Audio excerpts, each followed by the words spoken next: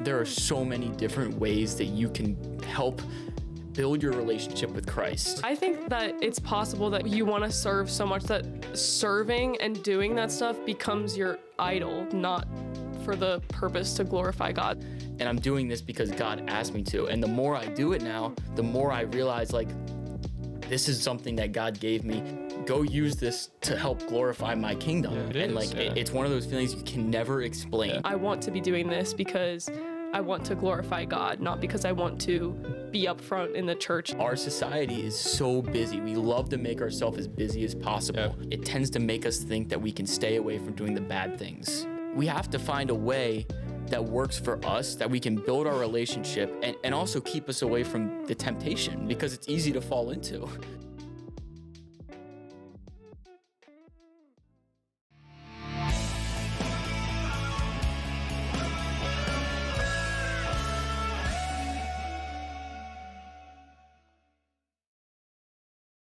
Okay. Hello, everybody. How we doing? We have Mason. Hello, everybody. Bella and Josh. Super excited to have you guys here. You are officially the youngest people to ever be on Just Conversation podcast. Yes. I don't know if that's a breaking flex records. or not, but so if you want to start us off, Mason, who are you? Yeah, so as we said, my name is Mason. I am an 18-year-old kid who basically just in my first semester of college. I'm an engineering major right now, but I am planning on actually changing my career path. I have been looking at becoming a police officer, so I'm doing a big change here. That's a massive change. Very big change, but a lot of like prayer has been going into this, and I'm excited to be here and just talk about answer some questions and talk about my life in the church and things like that. So awesome. Thank you for having me. Yeah, no problem. Bella, you're up next. My name is Bella. I am 16 years old and I'm a junior in high school. Still in high school, so still trying to figure out what I want to do with my life and figure out what path I'm trying to take. But for now, I'm just living life and I'm excited to be here. Nice. Love it. My name is Josh. I'm 18. And like Mason, I am thinking about changing career paths. I currently work at Mission Barbecue, but I'm looking into going down the insurance route. So we'll see where God puts me, but pray about it. Definitely pray about it. Yeah. Yeah. All right. Well, I don't really know how to start us off. If you want to start off with one of your questions you had, that would be cool. What is 42 divided by 17? No, the easy ones, I guess. So one of the coolest things about having you guys on is you guys have a perspective. You're gonna see him do that a lot. You have a perspective that a lot of people don't have in the church, and that's being young in the church. And I know you guys grew up in the church. Did you grow up in the church too? Yeah, I've been in church my whole life. So, I definitely would like to hear your guys' opinion on the state of the church and the youth. Like, what do you think? How do you think the church is doing? You know, as a whole, and that individually, like, how are they doing with bringing in the youth? Do you think that they are explaining all the things they need to explain? One of the things we talked about before we had a youth pastor on, and it was funny because we talked a lot about how a lot of the youth groups now are like games and fun. And there's nothing wrong with that, except there's not a whole lot of Jesus in there. Mm-hmm. So the church is lacking. You guys are the next generation. You guys are the ones that are going to, take this forward. So if you guys just share if you have an opinion on what do you think where the church stands in the experiences that you've had so far. Yeah, I mean, I can start it off if you want. Go ahead. Yeah, go right ahead. So I obviously I'm not completely related to them. Bella's my girlfriend. Josh is one of my close friends. I come from a different background, different church background and things like that. So I've kind of had to make my own decisions with how church had looked for me. I grew up going with my parents, and that church, like, I loved it. I was there for my whole young life, but I was to a point where I wanted to start making my own decisions. And I went to youth group every Wednesday. I was always the popular kid there. And I think it's funny that you talk about the whole games and things like that, because I felt like for me, youth group was one of those places that we would go as young people in the church to learn more about God and build our relationship with God and start to learn those harder things that you might not be able to hear in church, in big church or wherever church you're going to, but you can hear at youth group. Yeah. Some of those conversations that are more focused towards the younger generation. And I feel like it's very easy for youth groups to get comfortable with the same routine of, we get there, everybody hangs out, and then you play games, and then you eat, and then you play more games, then you have like a short little 10-minute message. And like, I understand, like, I think that's awesome. Like, it's good that you're including it and everybody's in a good community with each other. Yeah, it's still communion. Yeah, it's And still it's building relationships. that's great. I think that's a huge thing that the Bible talks about is like building relationships in the church and things like that. Absolutely. But there also should be intention that whoever is up there on that stage, these kids look up to you. Whether you have sixth graders, you have seniors, every one of them is looking up to you as somebody that has knowledge, as a believer, right? And you can use that to truly impact things in their lives, right? You can really teach them a lot of super important like values, a lot of important things. I know for me, I always wanted to be the guy that like, I want to disciple into younger kids. Like that's something I love to do. If I can get up on stage and give me 10 minutes and I can let me just try and disciple some children, because what the society that we have is pushing Jesus out every day. Absolutely, and there we have social media now. We have all this stuff that just makes it like so easy to fall away from God, Absolutely. And even if you have 10 minutes that you can disciple them and use that time to really like pour into them something that's important, something that like they can take home and ask questions about, if that makes sense. And I think, like you said, we just get the youth groups and churches get comfortable. And I think this is a problem in a lot of churches, not just like one church. A lot of churches have the problem. They get comfortable and they don't want to try new things. They don't want to try and introduce these hard topics because they don't know how people are going to respond to it. Interesting. The funny thing too with that is we were talking about this earlier, like your generation, like because of these, you guys have the world at your fingertips. Like when I was growing up, I didn't know anything that was happening outside of, the 30 feet that was around me. Maybe watching the news, you'd hear something, but you guys can literally, oh, there's a war going on. Oh, this happened there. Oh, this happened, So you guys have a lot more information, which to me is a scary thing because you're hearing and having to deal with things we never had to deal with. Like we didn't deal with that kind of stuff.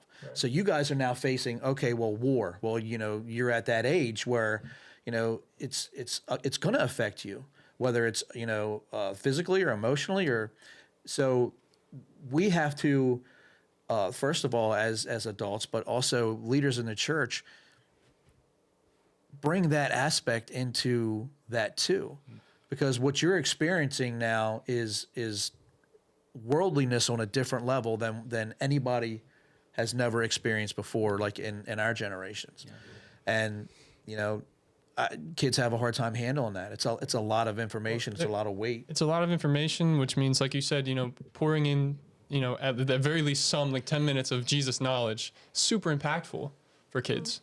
And then also the distraction obviously is a huge thing. I think that's a very prevalent, it's being talked about more and more recently. The idea that like these phones are a major distraction. And then, they can be useful. Like I use my Bible app all the time, obviously that's very beneficial. But talking about youth group being somewhere you can go to learn more personal things, because I really like that. I've never been to, I go to a youth group, it's like smaller, but I've never been to a church youth group. But I can see that being somewhere because, church is like, well, okay, well, they preach the message and that message is about a verse or whatever, or a topic that the pastor decides on. But it's never talking to young people, hardly ever. And so to have a place where young people can go to get practical advice from Bible, from Jesus, that is very impactful. And when that gets, lazy and they just start playing and having fun, and then you invite your friend who maybe doesn't believe and he comes and it's like, oh, we're playing board games, cool. And then you leave and it's like, well, I didn't feel like he got edified or gained any knowledge from that, or was even interested in that 5 minutes that the pastor talked, because the rest was done like playing fun or having fun. So that's interesting. So have you guys, you and Bella and Joshua, had the same experiences with that? I think for me, like, so the church that we used to go to, it was, I think 2 churches ago, they had a really good, like, I think a really good model for their youth group. I think that the way it was run was, I think, the perfect balance of, like, let's have fun, but let's also, like, go into God's word and learn. So, like, it started off, it was always after church on Sunday, which I liked that just because you're there. And then you would go have lunch, they would get pizza, and then you would go off and do, like, games and then read from, like, questions and stuff. And the only thing I would say that there was an issue with that is I don't think it was always super in depth. I think sometimes it was kind of just surface level, but I think the model of it was really great, that it was like there's a balance of, like, we can have fun, but we also need to, like, get into God's word and learn stuff. So Well, that's true. Like, I think a lot of people also have this idea that, young people can't dive in deeply to, like, deep theology and deep understandings. They want to keep it surface level. They want to keep it fun, whether that's to keep it interesting or because they don't think you can handle it. But I mean, I'm more of the belief that you guys can handle. I mean, I'm as old. I'm like 21, so I'm pretty much your age, right? I'm okay to say that. You're not offended by me saying that. So, like, I have found that even as a younger person, like, I enjoy diving deeper. I'm sure you guys do too. Like, that's more fun to me. I don't want to hear, oh, Jesus loves me. Great, cool. I'll go home now with that information. But, like, I want to know, how should I be living based off of him? Like, that kind of stuff. And I feel like that doesn't get talked about as much or as in depth with the youth. Yeah, I feel like that's really important too, because if you're not, like, learning about it when you first are, like, trying to grow your faith, if you're not learning about it as a youth, then, like, when are you going to be able to learn Yeah, that's about the foundation, right? Yeah. Like, that's what you need when you're younger and you're coming to faith, for sure. You got to start somewhere. You Yeah. can't, it doesn't just come naturally. Right. You got to work towards it. Yeah. Do you feel it needs to be more of a group thing or more of a, like, an individual? See, this is what's really hard, and I feel like this is one thing that youth groups struggle with, is understanding the individuality with group things, right? Youth group is supposed to be a place where it's kind of like everybody can see their friends, right? But every person is in a different situation, right? Yeah. And you can't individualize a message for each and every person. It's not possible. Yeah. Right. Like, and that's what's really hard, and I think this is what makes this whole kind of thing an issue, and why it's almost easier just to play games, because you get them and you can figure out how, because everybody can be included in. Keep it as broad as possible. Keep it as broad as basically. possible, right? And that's why you see a lot of very similar messages in youth groups, because they can keep it at the broad topics. But I think there are times that, like, as a church, you can understand, like, we may need to split up high school guys and high school girls. Right. Yeah. We might need to split up high school and middle school, Right. and let the high schoolers hear one thing and have a middle school hear another thing. Yeah. I think that is a very, like, it's great to have everybody in one room together, all hearing the same thing. Yeah. But each one of those groups are in different places in their lives, making different decisions, going through different things, and sometimes the things they need to hear, and sometimes even the things they want to hear, like you were saying, like, this is the time they want to dig deep and Yeah. get their foundation. Sometimes the things they want to hear may come from more of a personalized, like, high school boys, high school girls. Right. Yeah. Well, sorry, you want to say something? I was just going to say, like, speaking to that a little bit, something that I've noticed is a lot of youth groups nowadays are focused a lot on the numbers and how many people they can get into a room to hear what they're saying. And I think one of the most important things, like, for me, like, in the church that we're in now,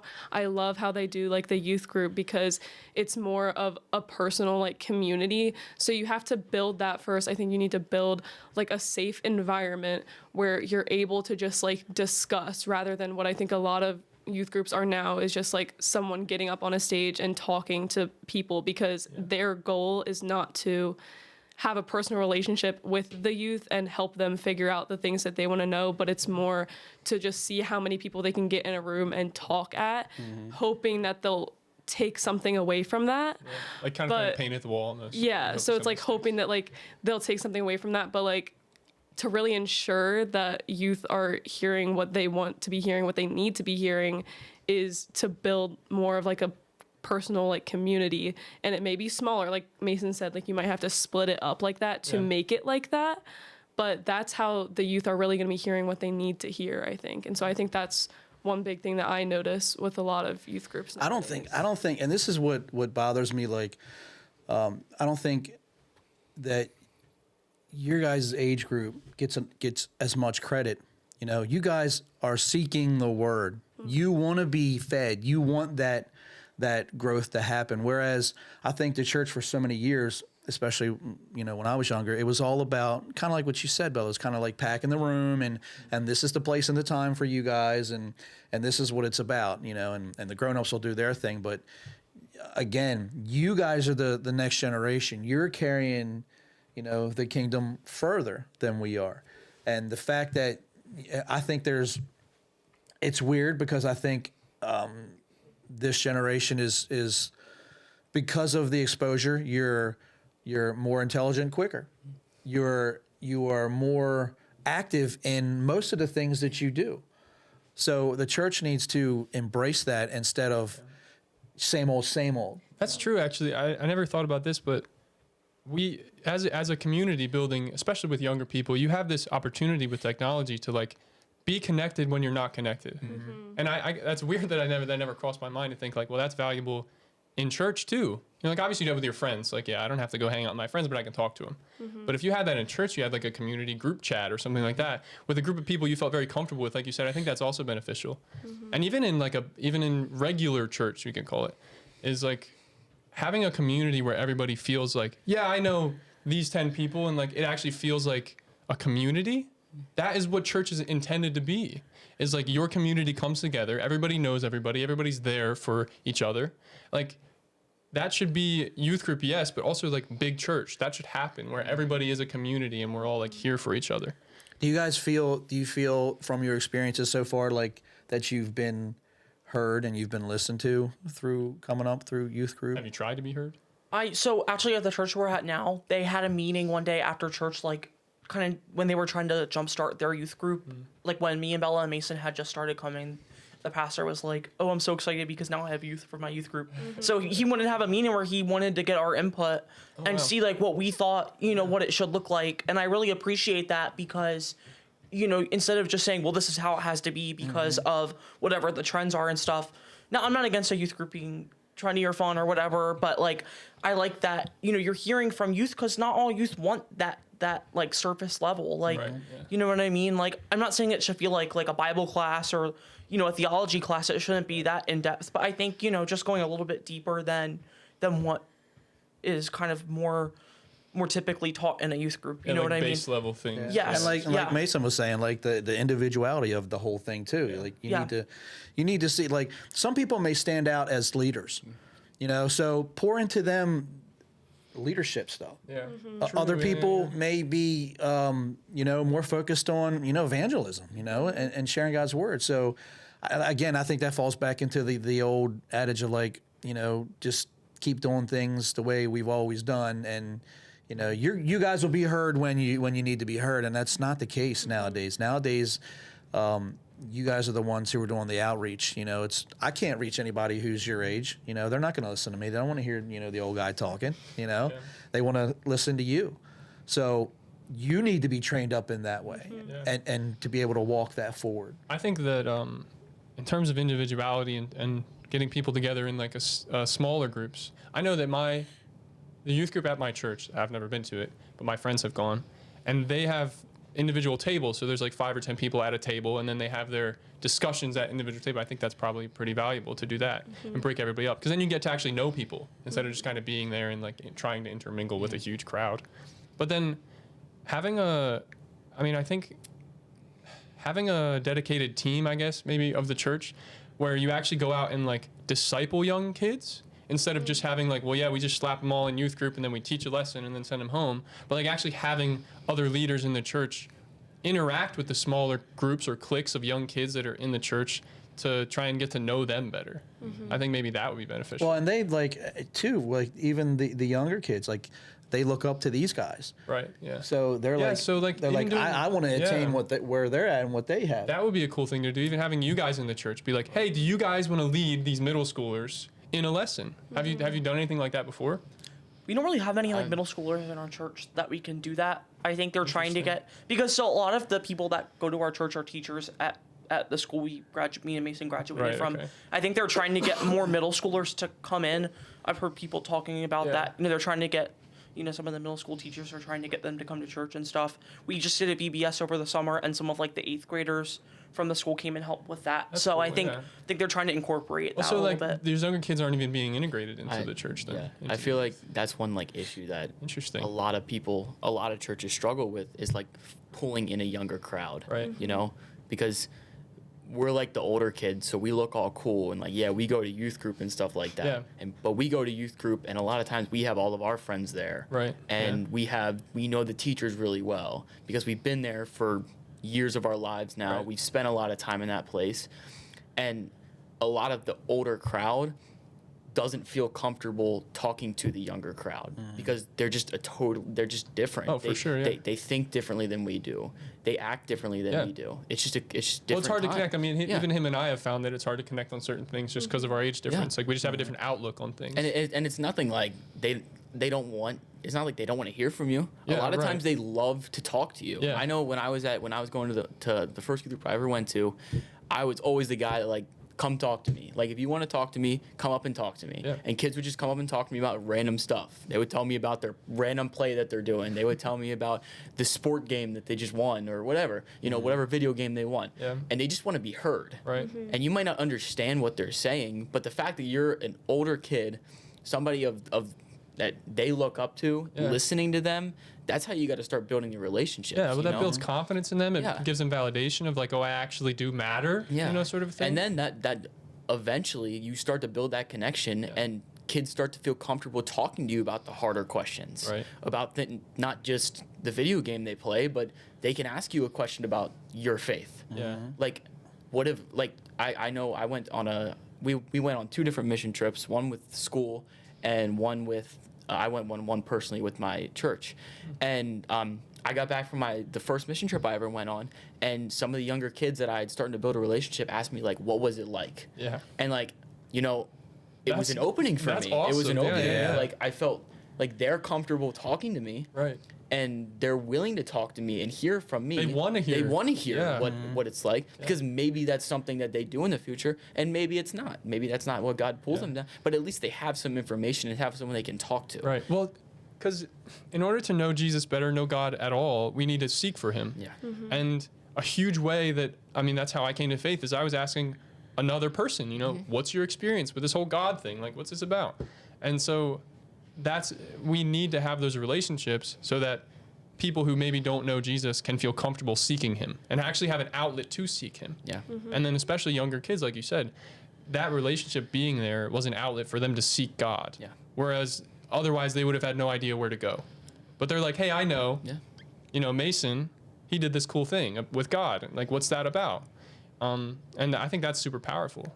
But I guess the church isn't really implementing that. Yeah, I think that's very important, and I think that would be very beneficial to make more normal within the church, because as also I think it helps like the church as a whole and like the unity of the church, because it doesn't like split people up into categories. Like, the one main goal at church should be that everyone is trying to grow spiritually and grow in their faith, and it shouldn't be like categorized by people who are in different places of their spiritual walk or on a different pace than someone else. And I think it should be normalized to be able to go up to somebody and ask about it, rather than be shamed for not knowing as much or be put in a different category for not knowing as much or just not being as far along on their spiritual walk. And that's got to be hard too for your generation, because everything's about judgment. Everything sure. is.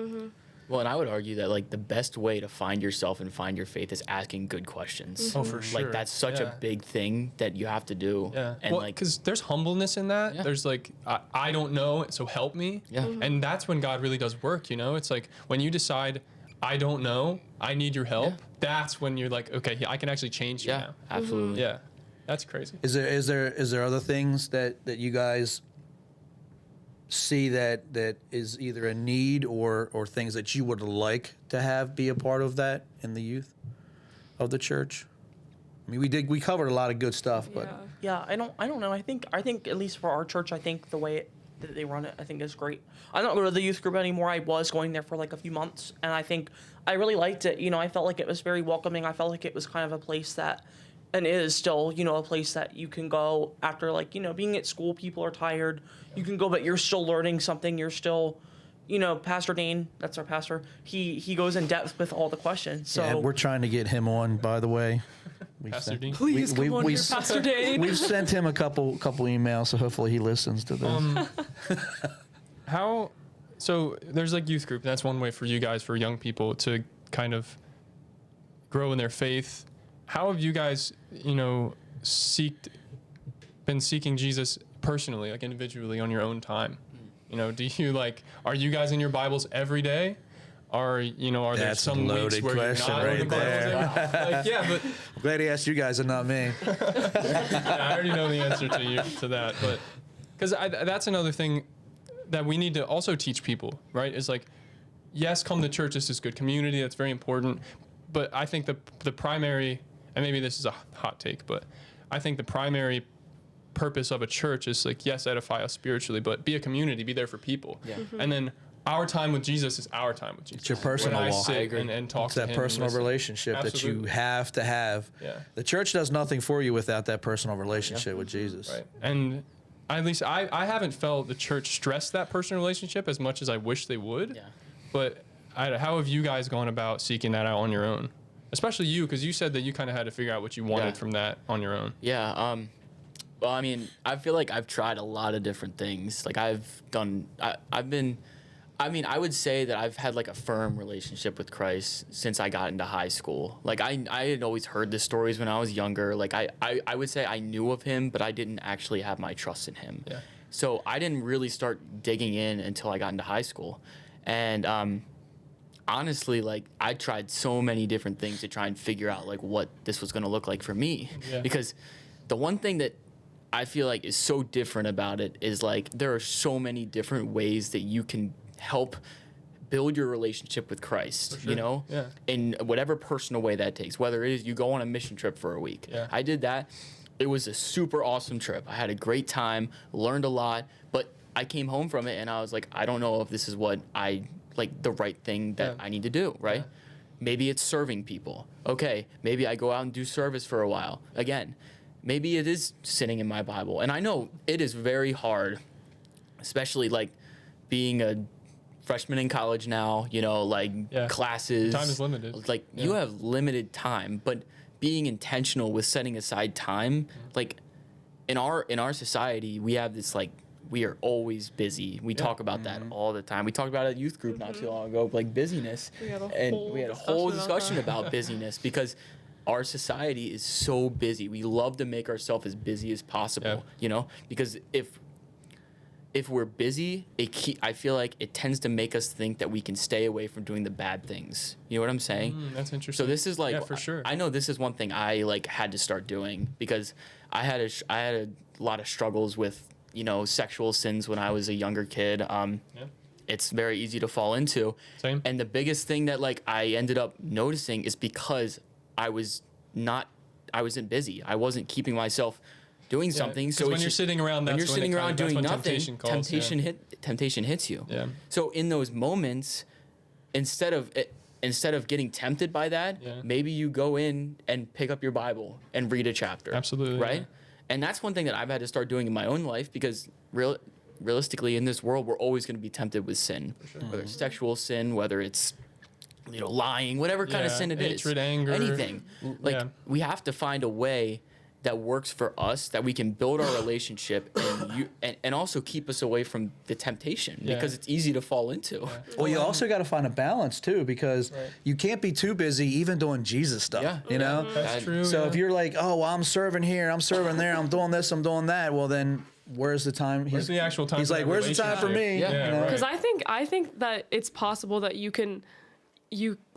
want to serve so much that serving and doing that stuff becomes your idol. Right. Absolutely. Instead yeah. of actually doing it to like glorify Jesus, but I think a lot of people who like to serve, it starts becoming they're doing it to serve and to be involved with that stuff, not for the purpose to glorify God. So I think but you just 'cause- can make that your idol as Oh well. yeah, they, like people start to, and I can see how someone might like get led to that, being like, oh well, there's all these callings that are in the Bible, you know, like evangelize, make disciples of all nations, serve people, give to the poor, help the needy, like all these things. And you just get caught up in like, I have to do so much. Let's go. And like, that's the only thing I'm going to do.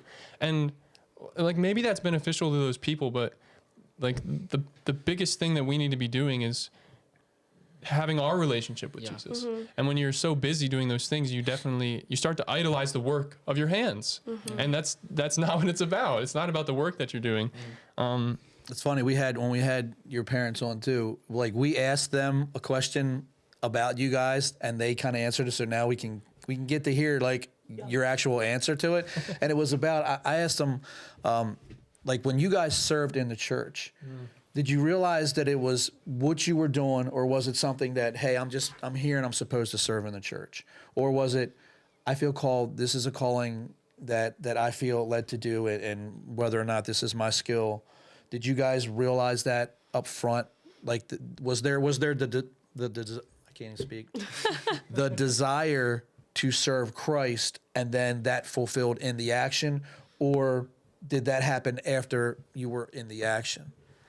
Oh, sorry, go. You can go. Okay, I was gonna say, I think for me, because I was on the worship team, and so I would sing every Sunday, and I think for me, one of the biggest things is I kind of realized that, like, I knew that I wanted, when I joined the worship, that's why it took me a while, because I remember even at our other church, you had been asking me for so long, I had been being asked to, or even before you came to the church, people were saying, oh, like, you should join the worship team, because they all knew I, had the voice for it. That's the gift that I was blessed with.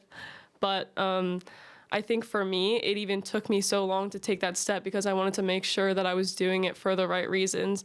And that's why I liked that we even established that it's like, it's okay to take a week off. Like, you don't have to be up there every Sunday. I think that part of it helped me understand that, like, or helped me be doing it in order to glorify God, and not just, oh, I have to be up here every Sunday worshiping, or else I'm not part of the church, I'm not serving the church, right?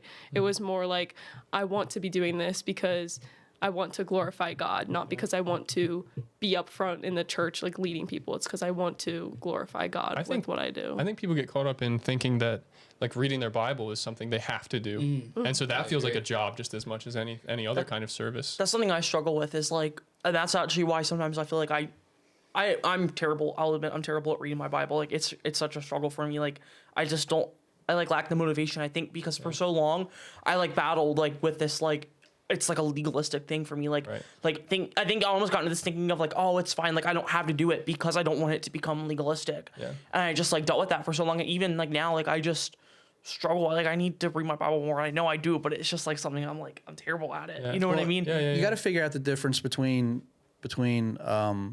obedience and obligation, right? If you're doing it out of obligation, you're not doing it for the right reason. But if you're doing it out of obedience, that's a totally different story. But I don't think obedience comes from this like self-will that I decide, like, I'm going to strong hold on my Bible and read it because I have the power. I think it's more of a surrender. It's a surrender. It's like my eyes are on him.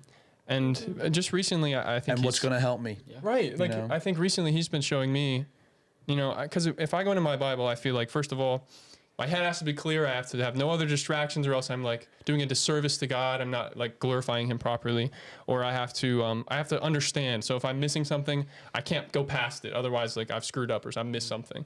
But I think he's showing me recently that there's power in this word, and simply reading it can be just as beneficial, whether you fully understand it or not. And frankly, I think that we're not meant to fully understand every word that we read in the Bible in that moment. Yeah. And so just reading it has helped me keep my eyes on him. And it's hard when you wake up and you're like, I just don't feel like reading. But you feel like it would be good for you, but you just don't feel like it. And I haven't figured out how to overcome that. I'm not sure anybody really has. But I think it also probably stems from the fact that maybe like that legalistic thing where you feel like you should. And then that kind of pushes you away more because you're like, I don't want to do this because I should. That doesn't sound right to me. It's funny too, because even speaking, because I was getting ready to ask Mason about because he's a drummer. Yeah. So here's the thing too. Like, you can't separate, your gifts and then how you apply the gifts. So, and one of the things, like when you know we were on the worship team together, Bella's got an amazing voice. I wanted Bella to be on the team because she had an amazing voice, but at the same time, it had to be because Bella wanted to serve, and that's what she wanted to do. And I was getting ready to ask you, like, and I know with Josh, because he ran production in the church. So how did you go about it? Was it like, we need a drummer and this guy's good, or was it, you know, was there a progression there? So if we're gonna talk about the church we're at now, that was actually kind of like an interesting way it happened. My math teacher, who goes to the church now, was like, "Hey, like you Who was play also drums." on the worship Who was also team, on the worship yeah. team. She's the bassist, and Multifaceted. so she's like, "Hey, we need a drummer," and I was like, "All right, like I'm not doing anything this Sunday. Like I'll show up and do it." And like I love drumming because it's fun to me. Like it's a lot of it's just. You have full expression to just have fun with it. And you're you know? good at it. Well, thank you. I feel like it's one of those things that I can really, you know, make the most out of what I put into it, you know? But she was like, "Hey, we need a drummer." And I was like, "All right, like I got nothing to do this Sunday. I'll be there."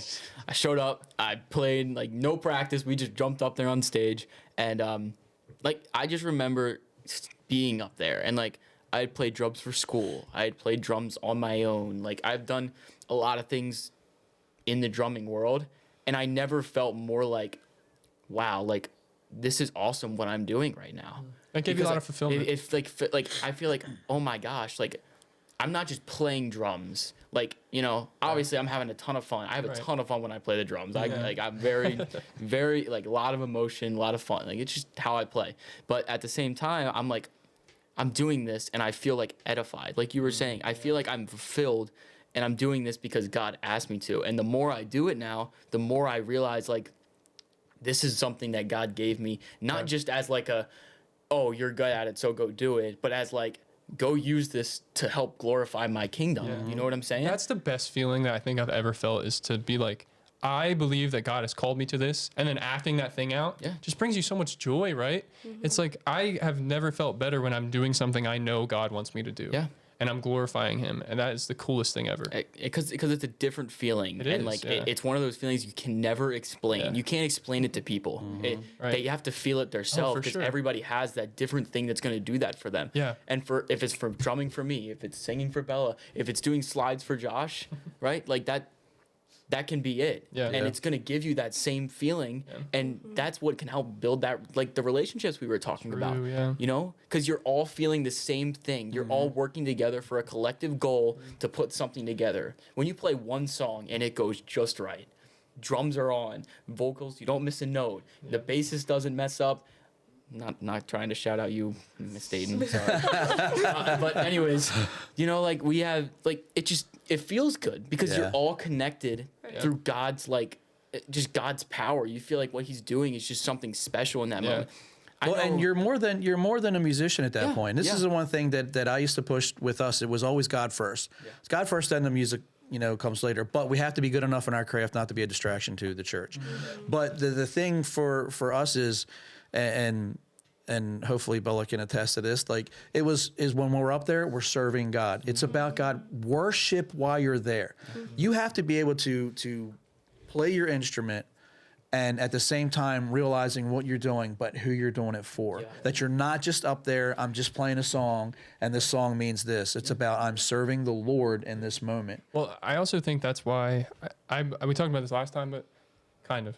I believe that He gave us things, like He has gifts, but He also put it in us to enjoy those gifts that we have. Yeah. So like you actually, one, just enjoying drumming in itself, but He put that desire in you, that joy in you when you're drumming, so that you could feel that while you're glorifying Him and be more drawn to glorify Him through that.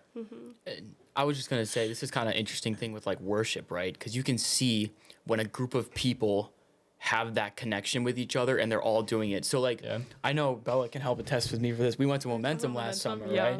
And, you know, we went there, first time our church ever went, you know, but I would argue that is some of the best worship I have ever heard in my entire life. I think Bella and Josh can both attest to that. It was incredible. And not just because every person was really good, because they all could play very well. They had great voices. They were genuinely a very, very good band.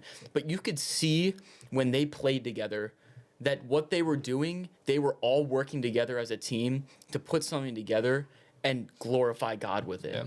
The passion that they were showing, the connections that they were showing with each other, just the fun little jokes that they played with each other. We got to go to a rehearsal. Pastor Dane got us to go to a rehearsal. Oh, that's sick. It was so fun because you just saw like they were like a family. Yeah. And that's what I think God's goal is not necessarily just to make friends in the church, but to become a family because we are family. We're all Yeah. brothers and sisters in Christ. And if you can see, people notice that. Yeah. Well, and that helps too. That to me, in all the years that I've been leading worship, that helps the congregation as well, especially when you're not the distraction. Like when you notice that helps you. I know there's a lot of emotion tied up in it too, but it helps you to be in that place of, okay, I'm letting go. Now my focus is now going to be on him, and you're enjoying the moment, and you're actually able to worship. Well, I believe that like we talked about this in length, but a worship team's goal is to lead the church in worship. You know, it's not to like Musical prayer. It's not to just sing, and it's not to just be an entertainment, but like actually lead them. And I believe that leading happens spiritually too, right? It's like if that team up there is connected and they feel like a family, they all partake in the love of Jesus, then the church can feel that, and they'll be led spiritually to feel the same thing, to feel like a family, to feel the love and to Right. glorify God. And there's a lot of power in that. And I feel like if you notice, I'll let you guys talk if you want after this. Rob. You know, that shouldn't have happened. No, I was just gonna say, like, basically, I feel like in this case, it's one of those things where, like, if you notice, the most emotion and the most connection usually comes when a good worship team comes together. Because, Absolutely, yeah. Because you can see how the people in the congregation are able to connect with them. Yeah. Not just what they're playing, but the words that they're singing. They're not just singing the word. A lot Right, of time, yeah. worship becomes this, like, you do it every You time. sing the before song, church. say you the sing words. the song, you say Yeah. the words. And there's no feeling behind it. Right. It becomes like mundane. Yeah, You know, like- and you're But doing when the you're, same thing. When you're singing and actually meaning the words that you're saying, it brings emotion. even just like myself being in the crowd worshiping, like when I actually feel and understand the words coming from a worship song, it makes that way more impactful for Yeah. me spiritually. I think, and for me, sorry. I was Oh, No, hold go on. ahead. We can take a second to clean up the mess that Rob just made on my I just noticed these things. Uh-oh. You're fine. Don't worry about it. Okay. They just wouldn't see half your face. And if you could just be closer when you're talking. Yeah. Thank you. Oh, What am I doing wrong? you just look funny, that's all. Uh, Okay. Go ahead and say if you remember what you were going to say. Yeah, so I was gonna say, just like going back to like kind of what you were saying about like, you know, when you're serving, do you actually feel like you're serving? And I think for me, I definitely am a people pleaser. Like, you know, I think anyone that knows me knows that. Like, I am like I want to make people happy. I don't want to disappoint anyone. So I think, you know, I've been asked to do stuff, you know, at the church we went to. I'm not gonna name it, but I did photography. They asked me if I wanted to do photography for them, and I said yeah. I think my initial like thought was like, am I gonna make them upset if I say no? But I think, you know, I realized I have a gift for that kind of thing, and I can use it to serve. And now at the church we're at now, I do photography and I do slides, media and stuff. So I think sometimes my thought is, oh, I'm doing this to make everything look good, to make the show look good, you know, for appearances. But I think really truly inside I want to serve, and I have that desire to serve the church. So Yeah. That's, you said something and it left my mind what I was going to speak on. Okay. That's good. That's very powerful that like you have recognized that. And that's what I was going to say. You said you're a people pleaser. And I know another person that has that similar feeling.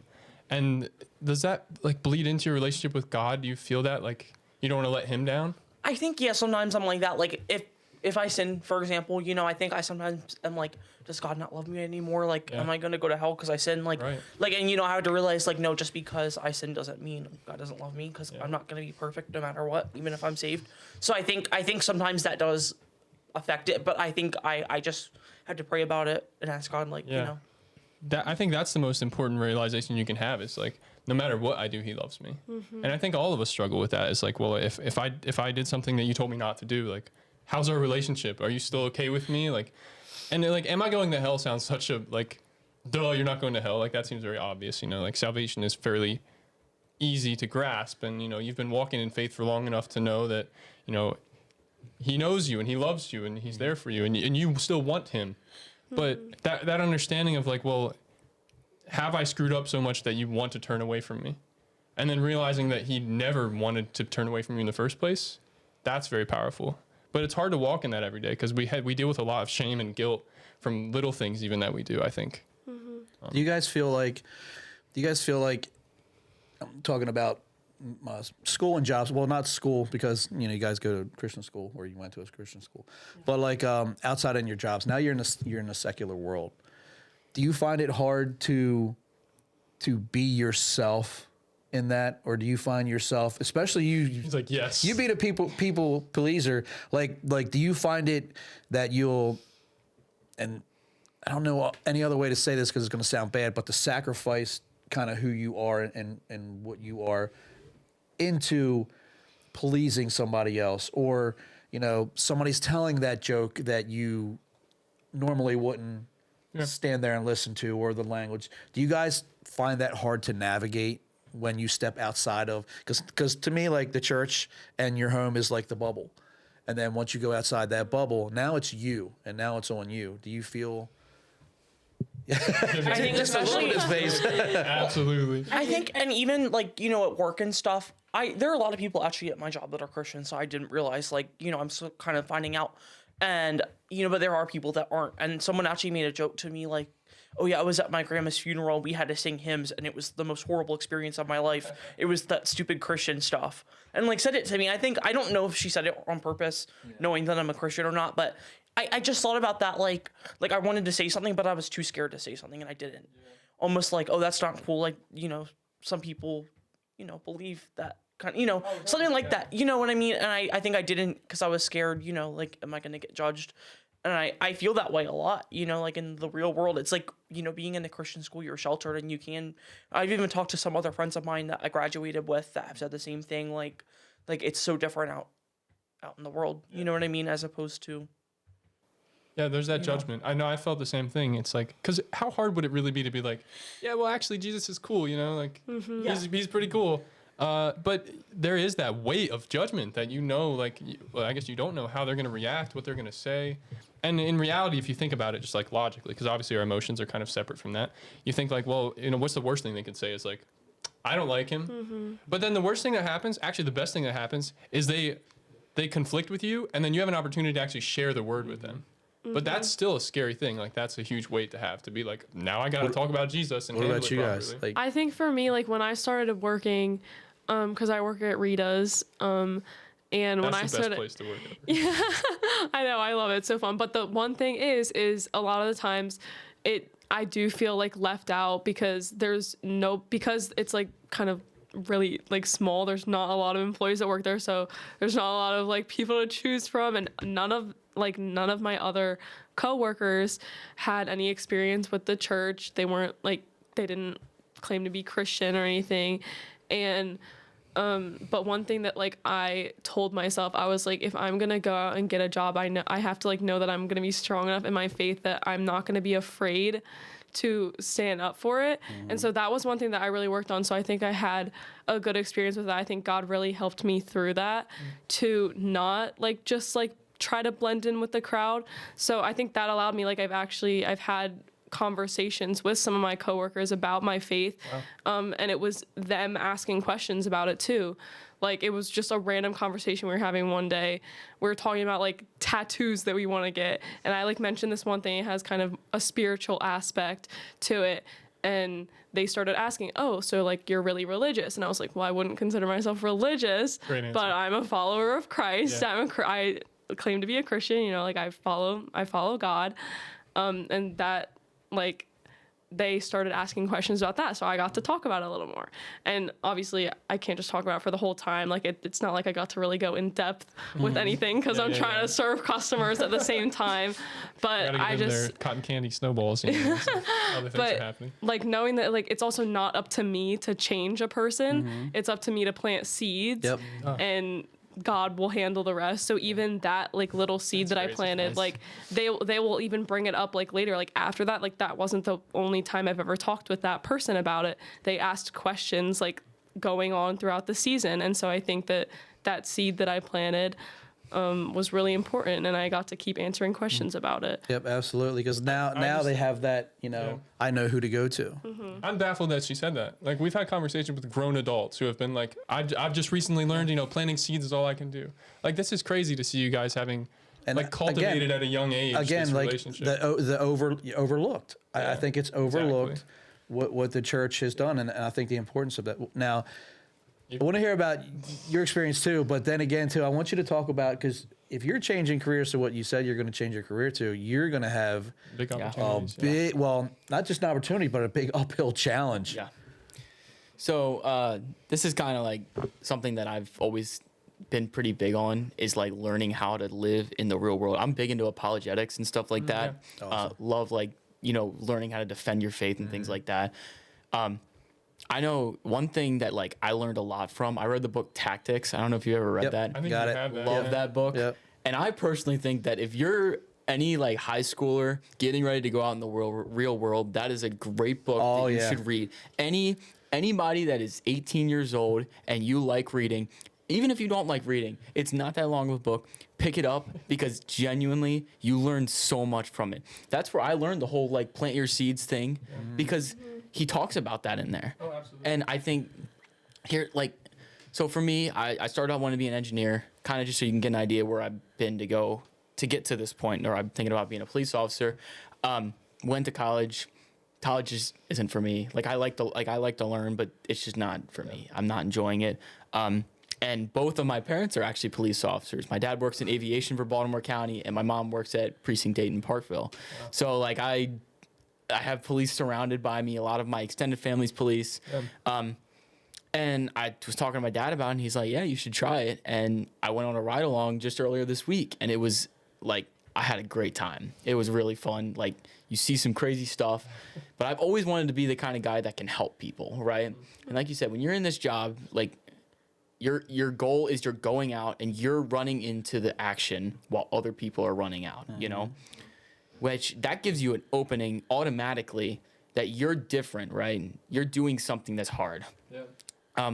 And people notice that in the way you compose yourself too, right? Like I know even just, I was there for 8 hours. I did an 8-hour shift with one of the officers, and you could just tell like the way that the other police officers compose themselves, like they have like a brotherhood and stuff like that. And if I were to add myself into that, right? What kind of openings would I be able to bring up when I'm on a call with one of these guys and we see something crazy, and he's struggling with it or whatever? The difference is I have a relationship with Christ that I can always run back to, no matter the situation I see, whatever gets thrown at me at a day at work. When I get to this point, I can go home and know that I have a relationship with Christ to fall back on. I have a church family that I can fall back on and talk to and say, hey, I saw something really hard today. And it was really hard for me to see that. Yeah. But I have God that's going to push me through it. I have him that's going to help me keep myself in a positive mindset. I know he's going to protect me, especially in the world we live in now. It's a very different world we live in. It's a dangerous job. And I know that I have a God that's going to protect me. He's going to give me the power to like, hey, you're going into a tough situation right now, but I'm going to be with you the whole way through it. Yeah. So go in there, do your job, and I'll protect you, And whatever he has planned in that moment, like that's how things can open up, right? Because that's like you said, you have the relationship, and it's interesting. You say, look, you can tell these people, the police officers, they handle themselves differently. Yeah. And that's obviously the same with us as Christ followers. Yeah. Like, we're set apart. Yeah. Right.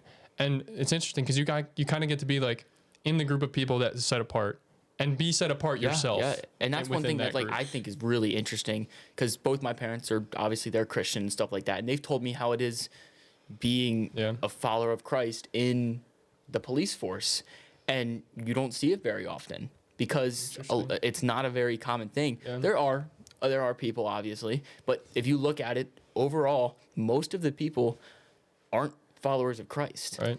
Because it's just sadly you see a ton of stuff, and and it makes them question like if this is what God, God has for the world, like you see the smallest things. If this is in the world, why does God? If God is so great, why is this happening? This is like a whole conversation about like suffering and things like that. Well, because there's people that don't witness those things every day that still have those questions of like, how can there be suffering and still be a good God? And then right? But then people like you and your parents who have to actually be there and see it firsthand, those questions get even larger. Because then you're seeing. You're actually there for it. You're seeing the evil and the sin, the things that sin can bring into this world, and it's hard to see. And I feel like this is why it's so important to build that relationship, like personally, and have your own faith. Because if you don't, then I feel like you're going into an evil world where this is for a lot of kids. Even if you just go into a secular college, like you're going to get pushed. You're going to get, like, you're not the majority. And it's easier to just sit back. It is so much easier to sit back and not say anything. Because if you sit back and not say anything, nobody's going to ask questions. Nobody's going to judge you like we were talking about. Nobody's going to ask anything. They're just going to treat you like every other kid that's at the college. Right. But when you go out of your way, and you act differently, maybe you're the kind of kid who doesn't say a cuss word, right? Yeah, that Something alone simple like sets you that. crazily Like, apart. just because of our that society Christianity and normalizes society. it. Yeah. Yeah, and absolutely. so you don't cuss, Yeah. and people are gonna notice that in the conversations you have, Yeah. and they ask you a question about it. Why don't you cuss?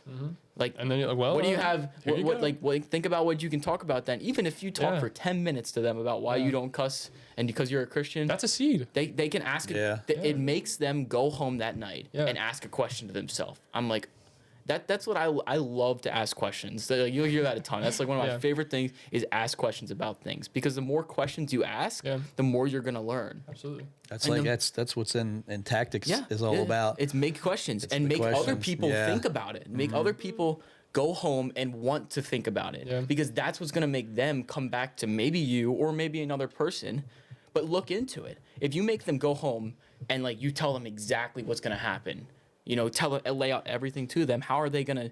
They might not. They'll hear it once and they're done. Yeah. That's it. If you have them hear it and they go home and have to question themselves and think about it a little bit and look up, maybe even look in the Bible. Yeah. I And, think like, that's the see, root of seeking. Is questions. Yeah. Yeah. It's like wondering, like, is this? And then you actually start seeking that answer out. And keeping your integrity too, because Absolutely. the thing is, integrity doesn't show up in somebody's eyes immediately. Yeah. It'll show up down the road. Yeah. And they'll look back on it and they'll say, oh, that person stood on their beliefs. Right. And that's when that confidence, like you were talking about with your coworker, like that confidence will be built there. Yeah. That's the whole art of seed planting. Yeah. When we do that is it's not necessarily in the moment. That in the moment is important, but it's the fact that you have now laid a foundation of who you are and what you believe, and it's not for you to change anything about them. They will start seeking. Yeah. I think and also like asking questions too helps you to find people that have like similar beliefs. Like maybe if you didn't know that, like for example, one of my bosses that I'm really close with, we get our cars cleaned once a month. We go to get our cars done, and I was talking, and then we got into a conversation about Jesus and stuff, and she said that she's a Christian. And she can't go to church all the time because she works on Sunday mornings, but she says that she goes like when she can. And I really do genuinely believe that she has a relationship with the Lord and stuff. So that was cool that like we got to have that conversation, with people that you don't always think that you would. Now, how long? Here's the question: how long since you've felt comfortable enough to have conversations with her? Yeah. Until the time that happened, how long was the gap there that you did not know? I don't know. I would say it was probably like soon after I got the job there. So I wouldn't say it was a super long time. Yeah. Yeah. But you could always tell, 'cause, like she would make comments and stuff at work. So you kind of like had a feeling that she might, but like I didn't want to ask because it's it's work and you want to stay. It's work. Yeah. So you don't want to like actually, but since we were off work and stuff, I was like, I got into like a conversation. I think I initiated it, and then we got to talking about it. So that was cool, to be able to do that. And I was just gonna say, like, I think one really big issue, especially with our generation, is we don't feel like we're qualified enough to have these kind of conversations. for sure. That's not your generation Well, alone. That's that's everybody. Yeah, but I But I feels think that. especially now we've become a lot more of a shy generation because of cell phones and things Oh, yeah. like that. Because we can just text somebody. Yep. We don't have to have a face-to-face conversation Yep. with them. And sometimes we get into these conversations and we don't know what they're gonna ask. So we get scared that we aren't going to answer the correct way, you know? Yeah, And of course, sometimes because they that's could not bring right. up a crazy question and you're like, I don't know. know. Yeah. And that makes you nervous. Like, well, maybe I led them astray because I told them I don't know something. But I think that's the heart of it too, is like, there's nothing else you can say but I don't know. Yeah. Because if you try to explain it, then you risk doing worse damage, right? Yeah. And being wrong and leading them astray. But sorry, you can keep going. No, I think it's one of those things that you don't learn without doing it, you know? Yeah, true. Yeah. You don't learn without experience. It's just like they say, practice makes perfect in anything you do. You know, whether it is drums, like we were talking about earlier, the more I practice, the better I'm going to get at it. It's a discipline. It's a discipline. Yeah. And if you do that the same way in conversation with people, you can learn just as much in how these conversations can look. And you always can be learning something. That's what's so cool about Christianity, I feel like. You never are going to have everything figured out. Oh yeah. Never. Yeah. You will live your whole life and not have everything figured out. Yeah. That's a beautiful thing, though. It You know, is. like that's the thing to enjoy, right? You always can learn. I saw this video. Someone said in Revelation you read. This is so off topic, but in Revelation you read about the two beings. It might be two beings on the side of God, and they're constantly saying holy, holy, holy. And they have eyes all over their body. And this guy said, well, God is infinite, and so because they have so many eyes, they're constantly seeing a new part of Him. So they're constantly in awe and in glory of Him. Wow. And that's so interesting because that's like our lives, like laid out on a longer path. Yeah. Is we are constantly going through life seeing a new side of Him, seeing a new side of His Spirit. And that's something to really enjoy. But it's tough when, I mean, even myself, like coming into faith, I was like, I want to know everything. And if I don't know it, then that scares me because there's something there that's unknown. The unknown is scary. Yeah, it definitely is. Or even just the fact that, like, I just feel I'm not as close with you because there's something about you I don't know. But I guess, you know, that doesn't really make sense because that's a fun part of a relationship.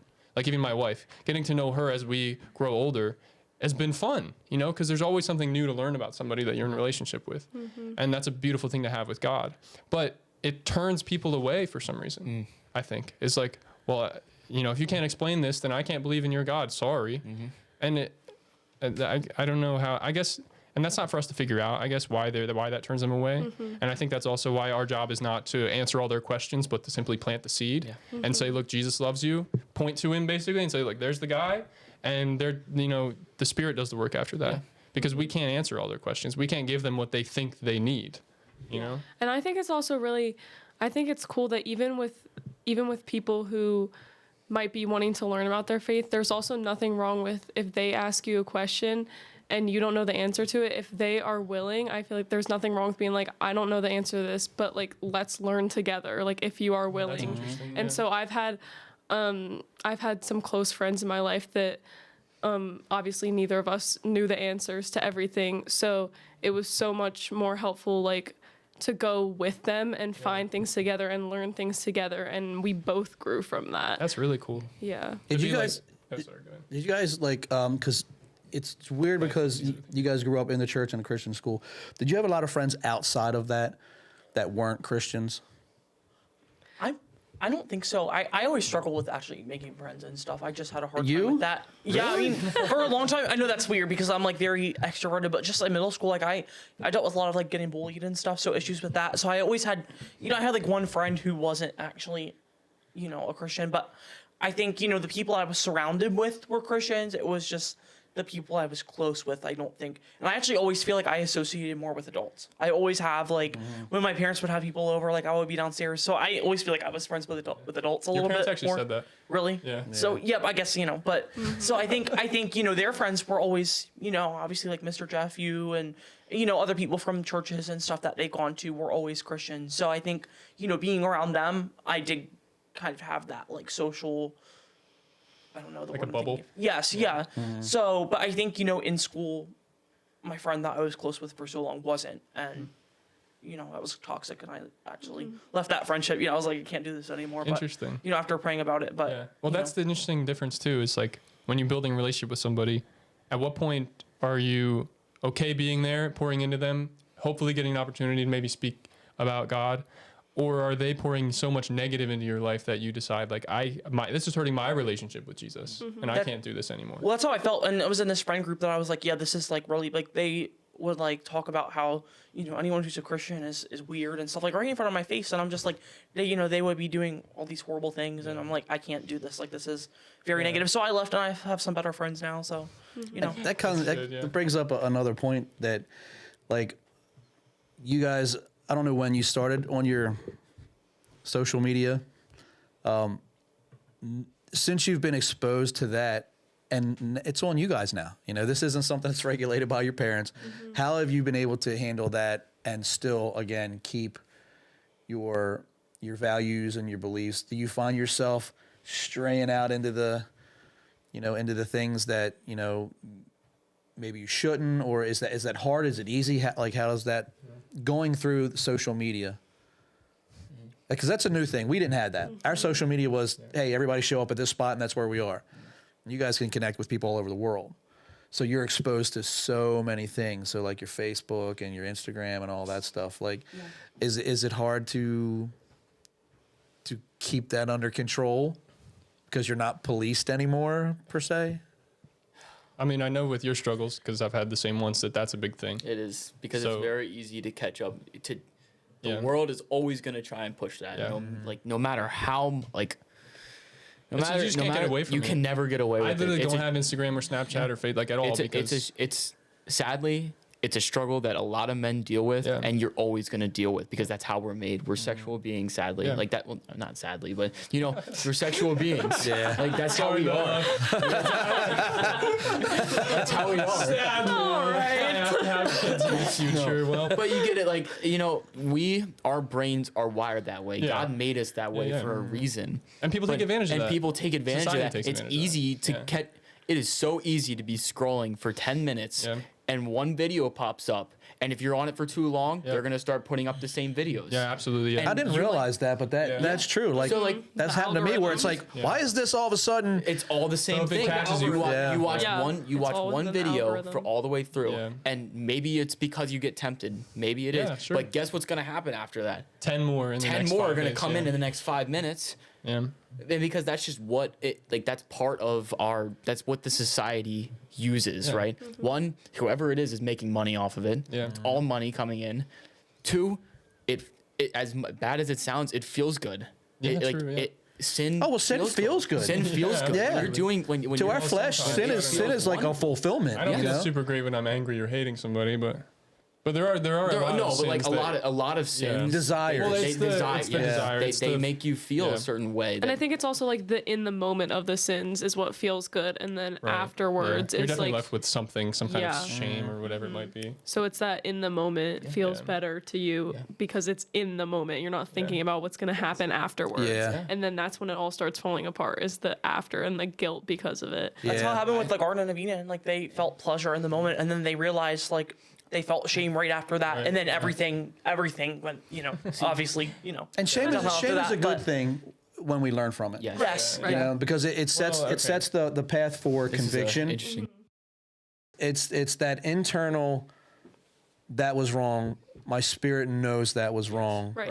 Right. And now I want to correct that. I want to let that go. I want to hand it to God, lay it at his feet, and I want to, repent and do that 180 and walk away from it. But the conviction has to happen first, because without the yeah. conviction, you're like, I'm just going to keep doing Yeah, well, this. that's what I was gonna say. The harder part is getting away from it, because it's so easy to just get back into Yeah, it. yeah, You yeah. have to have this feeling of guilt or something to make you want to change that. This is like, a lot of people talk about this. People love to use God as an excuse to get away with sexual immorality. For sure, yeah. They'll Yeah. say like, "Oh, God's just gonna forgive me, so why can't I do it every single day as many Yeah. times as I want? Because He's gonna forgive me every time." I have a golden ticket. Yeah. Like, well, I mean, I think it's so prevalent in a lot of men. A lot of men deal Yeah. with this. And I'm sure women deal with it in their own ways. There's a lot of things that they have that different than men, but at the same time, like it's so easy to just fall back into it and back into it, because we're always going to get stimulated with it. It's always going to be there. That's how our brains are wired. And then, like, if we don't have that guilty feeling and let God kind of show you, like, hey, this isn't good for you. Right. It's not good for you. It's not good for your future relationships. It's not good for your kids one day. Yeah. Like, that it can actually start to make you want to change it. I had to go, like, almost a year without any social media because every time I got on there, you get to see one thing, and where's it going to take you? Yeah, It's going to start just bringing you down a path that you don't want to be. And that's the biggest thing in the church for men is fighting that. And this is where we can talk about the shame, and that's why it's not, because there's a shame carried being associated with that. Yeah. Nobody wants to admit that they're fallible, and like that means that I don't have control. Yeah. Right. And so it doesn't get talked about. So when it doesn't get talked about, it doesn't get addressed. That's where the shame comes in. That's the shame that you feel is that makes you not want to actually bring it up, because you feel it makes you feel like I have done this wrong thing, and then it becomes a part of you. Yeah. You're like, I am just so gross. I am just so selfish. This is terrible. But the truth is that like that's just a sin you've committed. You should go to other people for that. Yeah. That's the shame. That's the oppression. Yeah. So I would say that's the difference. You think other people are going to think of you differently based off of that. Yeah. But and then sadly, they're, well, not sad, but they most of the time, if they're a good friend of yours, if they're a truly, especially if it's a Christian, if you go to someone with that, they're never going to judge you for that. Yeah. Their job as your friend is to help you go through that. Yeah. I know when I went through it, my best friend that I still to this day, me and him, we hang out all the time. He was the number one guy because we both struggled with it at the same time, and we went through it together. We went through every second of it. We did. If one of us had a moment where we couldn't deal with it, we would go out and do something together. That's what my buddy said. Accountability was huge for him, and we can definitely use other people like our brothers in Christ. And that's the other thing too, is I've found like the complete opposite of judgment when you come to people with this problem. It's like most men, when I come to them with this, are like, me too. Yeah. And here's how I've dealt with it. And then we talk about it. Right. And so I think that's the other thing, is that shame, like the enemy wants us to feel like we can't talk to people, because if we talk to people, then we'll find that we're all connected and we all have the same problems and we might actually get somewhere with our issues. I mean, sinners actually sin, you know? Yeah, crazy. Churchgoers sin. What's that? You know? And so so we started this because of like social media, and that's definitely one aspect, is that temptation, at least for like sexual sins. But has there been any other kinds of, like there's that typical conversation of like envy on social media of like, wow, this person's got this really cool thing that I don't have. Comparison. Yeah, exactly. Yeah. Have you guys seen any of that? Or I think experience that for yourselves? Definitely I have. Like, I think a big thing with girls especially is comparison. And oh my goodness, she's like prettier than me. Like, she has more than me, like more money, like all of that stuff is like what mainly girls will compare themselves to. So I think that's definitely a big thing. And kind of I've controlled that. Like, I've had to like go through the people that I follow on Instagram specifically and be like, is this person like helping me with that, or are they causing me to compare myself more? So like I'll go through that. If it means like spending time off of social media, then that's what I'm gonna do.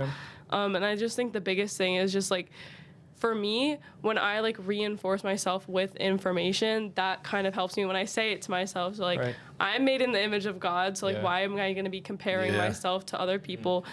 So for me, that's one thing that really helps me, is because I know that. But when I like say it to myself constantly, that's kind of how it makes it stick for me. So that the passage that comes to mind when you say that is, I can't quote it directly, but it's Paul.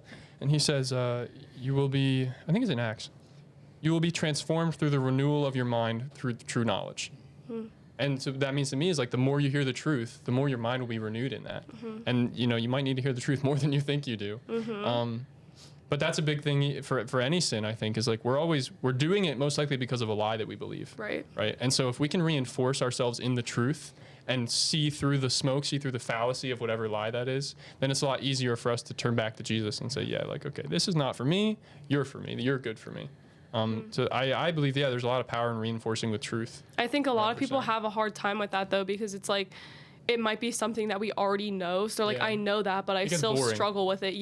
But it's like that constant reminder, like people don't understand how much like hearing it over and over again is actually like, you can't just hear it once and then it like will stick with you. Like that's not how a lot of people work. So really like hearing it over and over and over again and like applying that to your life, saying it to yourself is so much more powerful than a lot of people think. Absolutely. Do you guys have a problem with like getting involved in gossip or stories? Is that a struggle? Yeah. All the time. And I'm terrible with it. Like I just like get so like pulled into that Well, like you get- especially at work and stuff. Yeah. Like, well, like someone's banging us down and we're like gossiping, like, oh, did you hear this about them? Did you hear that about them? Like, it's almost like, it's just so easy to get pulled into. At least for me, it is. Oh, it totally is. Because it's like, because it's interesting. Right. Like any other temptation, it actually is tempting to be like, whoa, he did that? That's crazy. What a loser. How could he possibly think this thing? Like, it's so easy to get involved in people just discussing everyone else's lives. I feel like today it's become like a form of entertainment too. For Like sure, if it's like yeah. that's how people like keep a conversation going too. Like if there's nothing else to talk about, Talk about some lady you knew right? like 5 minutes ago. That's right? like the first thing that comes up in a lot of people's heads is, oh, let me talk about someone else's life or something that someone else is doing Yeah. to keep the conversation moving. Yeah. And, okay, so then I'm glad we didn't have social media when I was younger. there was still plenty of gossip, I'm sure. That, Well, there was, but I mean, we didn't have a record of all the bad stuff we did either. yeah, I don't even know what else to say. Social media is dangerous because it's an insight to the world. Yeah. And like, it basically just magnifies all the bad things about the world, in my opinion. But I think that it has the power to magnify Jesus. I do too. Right? I was gonna say Like, I think it has good. I There's think we good could to it. Yeah, oh yeah, absolutely, yeah. I mean, that's It gives us a platform that we didn't have before. Here, right? It's like that's what we're trying to do. We're trying to use social media to magnify Jesus, to show people Right. that instead of all the other bad things. It's funny too because like leading worship, one of the things that I was big on too is like your social media couldn't be, if you were on the worship team, you couldn't be out doing things on Saturday night and posting Right, them yeah. that were completely against everything you say you believe, and then coming in and standing in front of the church on Sunday. Now, that's not being a hypocrite. That's saying if you're not actually attempting to live the life, Right. if you're not trying to be obedient and you think this is two different worlds, it's not. You can't live that. Yeah. Well, especially like if you feel good enough about the things you're doing on Saturday to post it on social media and be like, hey, look at me, look how cool I am, and then go in and be like, yeah, I also follow Jesus. Like, I don't know, it just says something about. I struggled with before I came to Christ. I struggled with it wasn't about coming to church. It was about being a hypocrite, because I hung out and partied on Saturday night, and I wasn't about to go Sunday morning sit there and act like. And it's in my mind, I guess it was confused that okay, if I had a problem, I could still go to church. I didn't look at it like that. I enjoyed my problem. I indulged in my problem. And then I didn't want to go act like that wasn't me. Right. So that kept me away from the church for years. And I think that's why because of that. people have like a hard time understanding Christianity, because you see people like that who are doing that, and then they're like in church, like worshiping the next morning. Like at my school specifically too, we have a worship team because I go to a Christian school, and just recently we had to start doing like interviews to get into the worship team, because before it was just a class that was on the schedule that you could take. It was an elective and it was worship arts, and That's so people cool. would take that just to have an easy class to pass, and you would have to like sing up on the stage on Tuesdays for chapel, but people would just be doing that because it's like, oh, it's an easy class, easy A, and they weren't doing it for those right reasons. So I think that not just that, but like in the church too, because I'm just talking from experience from what I see at school, but like in the church as well. Like that's why people have such a hard time grasping Christianity, I think, because there are those people who Preach are one out thing doing and do different things. Yeah. not practicing what they preach. But that's kind of that's also the heart of Christianity. It's like we're not gonna be perfect, and we're still gonna like try to move towards perfection at the same time. I think the issue comes when you get people who, they have the plank in there and they're trying to take the speck out of the other person's eye, right? It's like they have all their problems, but they're still judging you for yours. Well, it's basically that it looks like to the world that they don't see that life as a problem. They don't see that lifestyle as an issue. Yeah. Whether or not they're dealing with it is one thing. Yes. It's not for us to judge too. Like the Bible Right. says that. Like it's not our job to judge other people and what they're doing. Well, no, we're supposed to hold each other accountable as Christians. We are supposed to do that. You're my brother. I'm supposed to hold you accountable. Yeah. And it's not to judge you, Right. but we're supposed to work that issue out. So I know you love the Lord. I know you're a believer, but I think you're missing out. You're missing out on growth. You're missing out on the relationship, because you can't tell me that you have a great relationship if you're hiding things. Yeah.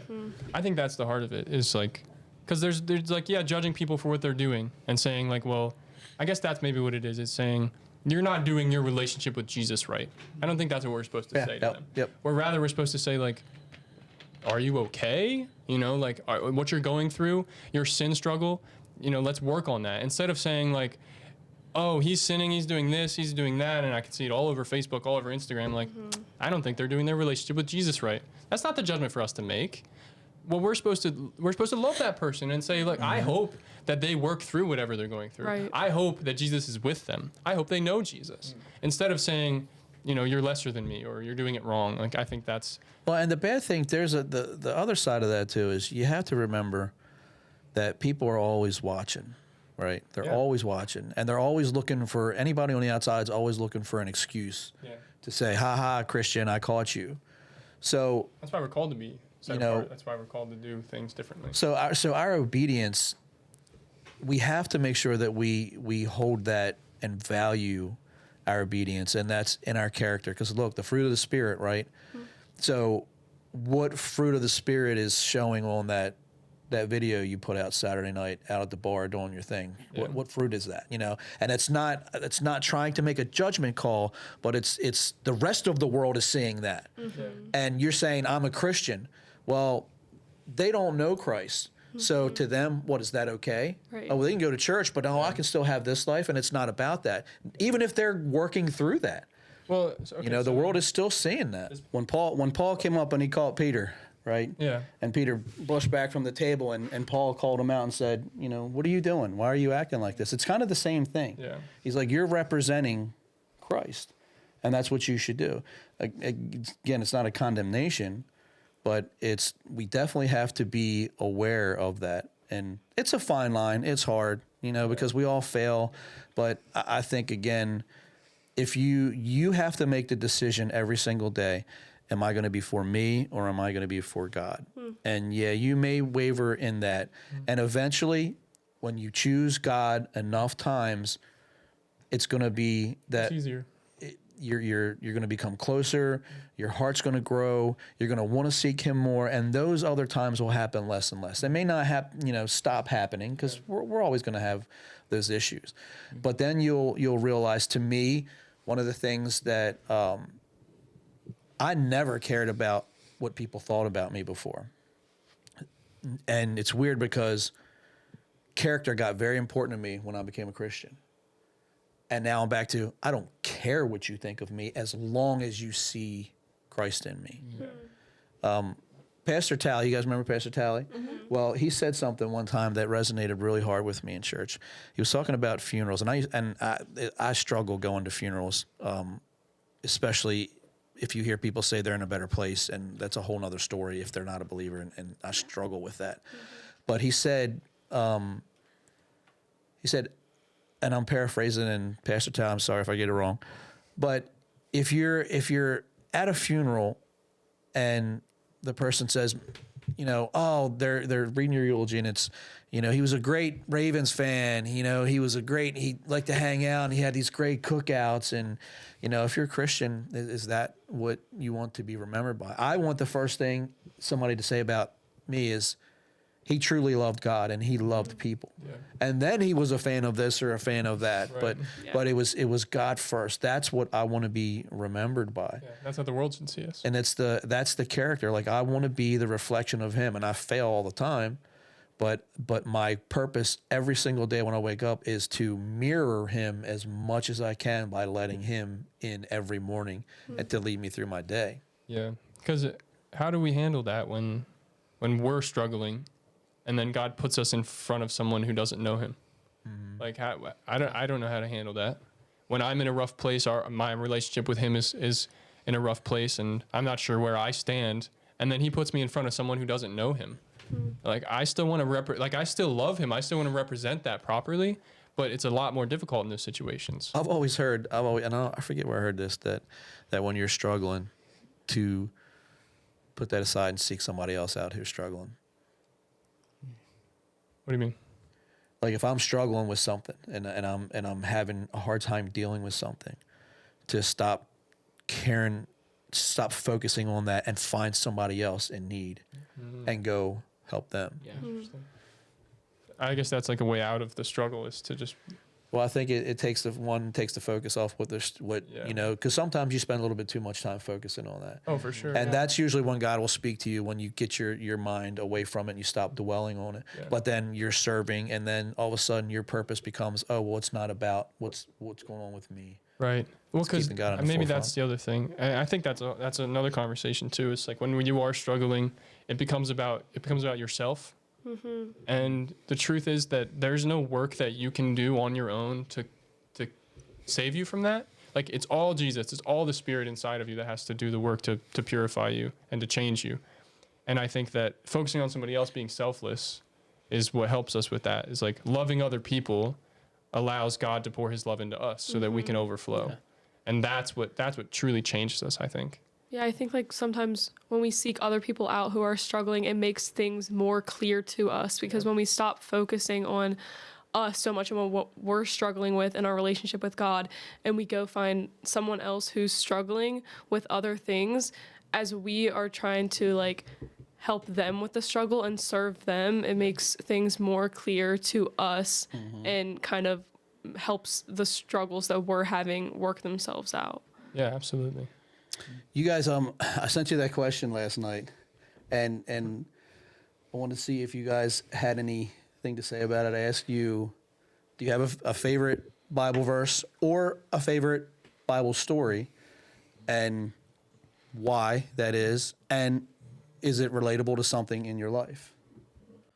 I think. Do you mind if I go first?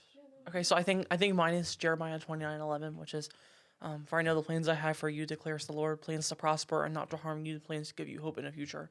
I really like that because I'm the kind of person, I like to think about my future. Like I like to think about everything. Everything has to be planned out in my head.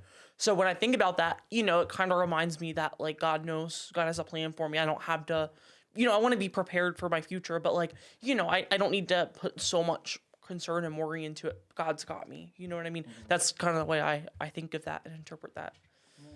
Yeah, that's very powerful. Having that trust in your future, having that foundation for him to know that like there's an unknown up here that I don't know and that I can't quite plan perfectly. If you want to make God laugh, then tell him your plans. But he's got a plan for me, so I don't need to be stressed about that. Like what I thought I was going to be doing, for so long, I've gone through 3 different things. I originally wanted to go into management at Mission Barbecue, and then I'm like, oh, I want to go into IT, and now I'm looking into doing insurance. It's like, that has changed, and I think God does have a plan. It could change again in a year, and it's one of those things I just have to remind myself that God knows. Yeah, no matter how zigzaggy things seem, no matter how unsure they seem, like he knows where you're going. Yeah, What true. about you guys? So mine is Isaiah 41:10, which is, have no fear, for I am with you. Be not afraid, for I am your God. I will strengthen you and give you help and uphold you with my victorious right hand. And that like was really helpful in my life, because for the longest time, the biggest thing that was separating me from God was my anxiety and my worry. And just because I would let that get in the way of him, and I would let that like blind me of the control that he has over my life, and I would try to control my own life, and that would end in all these anxieties and worrying and fears. And so it was a funny story how I like came across this verse to like be my favorite. Is I was listening to Adventures in Odyssey when I was younger. I would listen to that to go to sleep every night. And there was this one episode where this kid is struggling with like a bully, and he's afraid like walking to school every morning. And he like said that verse, and for some reason it stuck with me. And he was like saying that to himself, and from listening to that, I memorized the verse in like one night.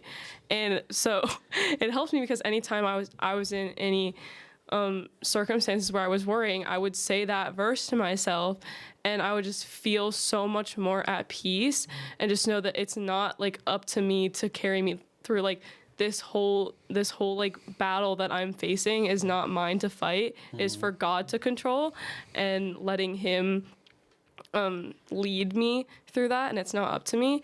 So that's kind of just stuck with me. And now I just recently got my junior class ring, and I have it engraved on the back of it. So it's like, awesome. It's not only just in my head now, is like now that's like a reminder that I have all the time that verse is with me.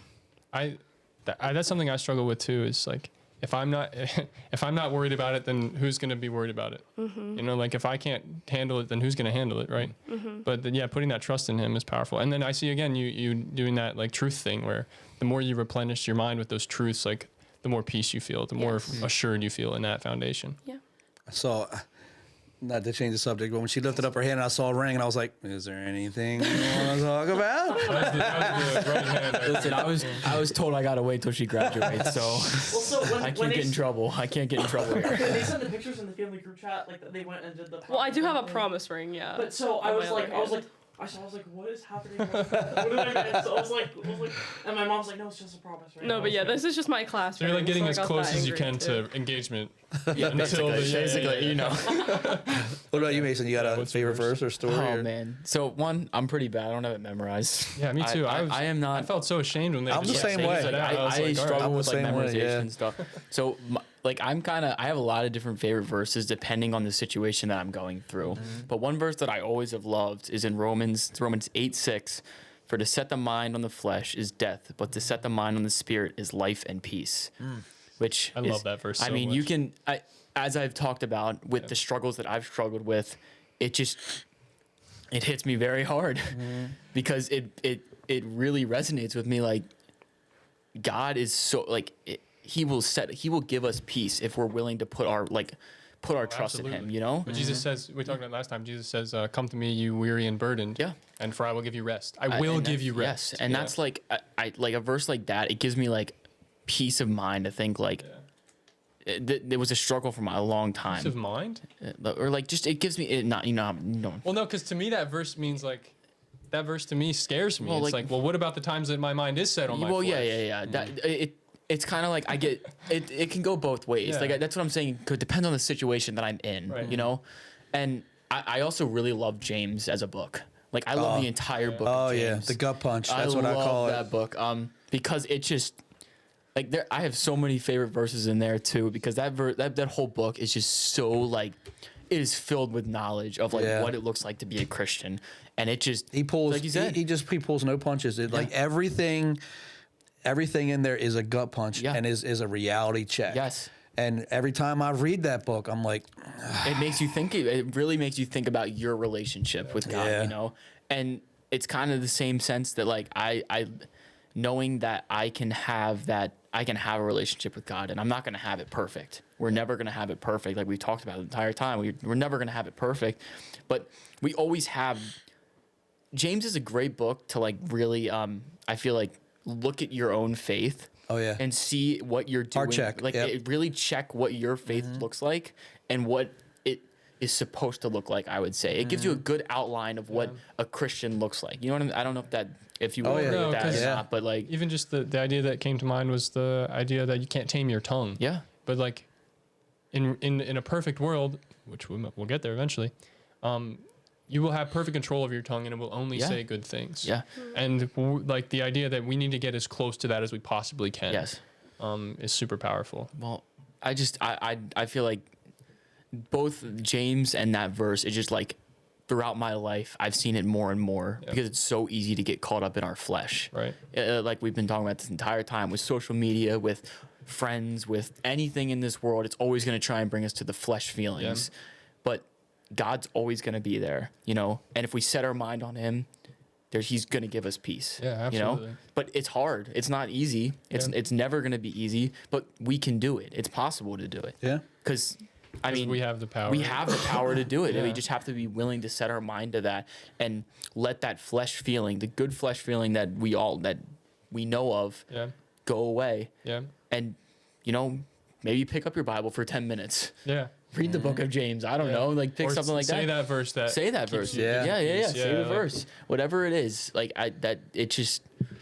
it always tends to like give me a reality check Yeah. whenever like I'm just, you know, you're reading through or like you're having a tough day, just gives you a reality check. Like it's cause my mind's set on the flesh right now. And Right. I'm struggling right now because I've been too focused on what my worldly life is. And I'm not focused on the spiritual, you know? Yeah, Yeah, it's like absolutely. Philippians 4, 6, and 7. That's that hits me hard. That and like I think Romans 12:12 and Romans 12:15 is like Romans 12:15 really stood out to me because It's rejoice with those who rejoice and weep with those who weep. Yeah. And as a Christian, I think sometimes, like in Job, sometimes you just need somebody to come and sit down and be with you. Yeah. Don't give me advice. Don't Well, tell me what I did wrong. Any of that. Let me just love on you. And that's one of our, we are to love God and love our neighbor. Yeah. So those really are something you can practice every single day. And I think something else that also means, like when you were just saying that, is sometimes like putting aside the things in our life that are going really well to focus on someone else who's having a tough time. Yeah. Well, yeah, because like weep with those who weep, that's like, imagine putting that into practice is tough sometimes. Because that means you have to be there for people who maybe like are in a worse situation than you. They like, you had a really great day and you come home and like your friend is upset. And it's like, okay, well now I have to get myself in a mindset of, loving them and set aside everything that I felt was really awesome today and actually be with them. And the flip of that is like, I had a really rough day, but my buddy's super excited. He got a promotion at work. So let me try and bring my spirits up and come into alignment with his joy. Right. And that's definitely very difficult to do. Yeah. And that's where Romans 12:12 comes in. Rejoice in hope. Be patient in tribulation. Be absolutely. constant in prayer. Yeah. That just sums it all up there. I love that verse. I don't have a favorite verse. No. God so created the world. I don't know, whatever. Genesis 1. That one's pretty cool, yeah. Good answer. Yeah, thanks. I think we can take a break for a little bit.